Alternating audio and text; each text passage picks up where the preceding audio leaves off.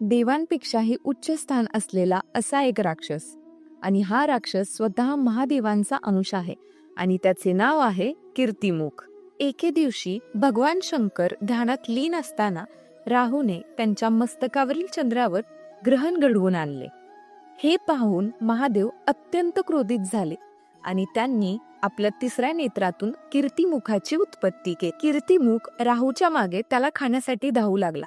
तेव्हा राहूने क्षमा मागितली आणि भोले भंडारी महादेवांनी राहूला क्षमा केले. त्यानंतर कीर्तिमुख म्हणाला, मी भुकेला आहे, मी आता कोणाला खाऊ? त्यावर महादेव म्हणाले, तू स्वतःलाच खा. महादेवांच्या आज्ञेचे पालन करत कीर्तिमुखाने स्वतःला पूर्णपणे खाऊन टाकले. त्यावर महादेव कीर्तिमुखाला वरदान देत म्हणाले की ज्याच्या दारावर तुझे मुख लावले जाईल त्या ठिकाणची सर्व नकारात्मक ऊर्जा, क्रोध आणि द्वेष हे तू संपूर्ण नष्ट करून टाकशील. आणि तेव्हापासून अशी मान्यता आहे की ज्या कोणत्याही दारावर कीर्तिमुख लावला जातो तेथील नकारात्मक ऊर्जा पूर्णपणे नष्ट होते. हर हर महादेव. श्री स्वामी समर्थ.